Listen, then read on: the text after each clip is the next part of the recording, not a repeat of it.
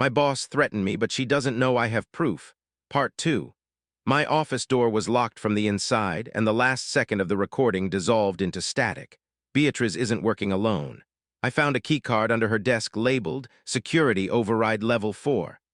That's the same clearance level required to disable my encrypted recorder. Someone else is watching us. I stayed frozen until her footsteps faded, then pulled the keycard toward me. It was buried under a stack of HR files, but the property of Carlos M's stamp on the folder made my stomach drop. Carlos is the IT director, Beatrice's ex-husband. I remembered his name from the divorce papers she kept in her drawer, pages I'd secretly photocopied weeks ago. My hands shook as I traced the embossed security logo on the keycard. The metal felt colder than it should have been, like it was warnings etched into its surface. I should have deleted the recording, but I saved it instead. 3 hours later, I was at home replaying the static when I heard my front door click. I hadn't locked it. My cat hissed from the couch, and I froze as a shadow passed the peephole.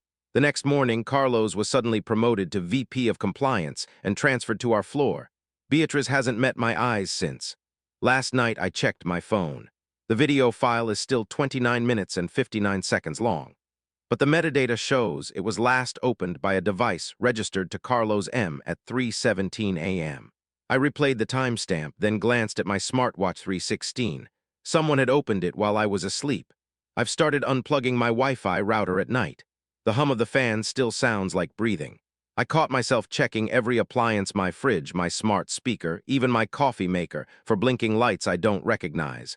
The paranoia is a second skin now. The real question isn't who's watching me, it's who's still listening. I caught myself yesterday rewinding a voicemail from my mom. I was half convinced I heard a static hiss in her voice, like my recorder's ghost had infected the air itself. I checked the voicemail headers. No anomalies. But when I hung up, the thermostat in my living room had dropped 2 degrees. I didn't touch it. My breath fogged the glass of the phone. The metadata can't lie, but neither can the chill that follows me now, like Carlos's shadow in every room. Last night, I left my Wi-Fi unplugged until dawn. At 5:03 a.m., I heard the fridge click on.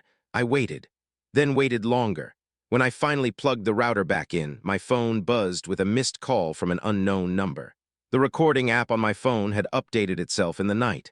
It hadn't been scheduled for an update until next week. Follow for the next chapter.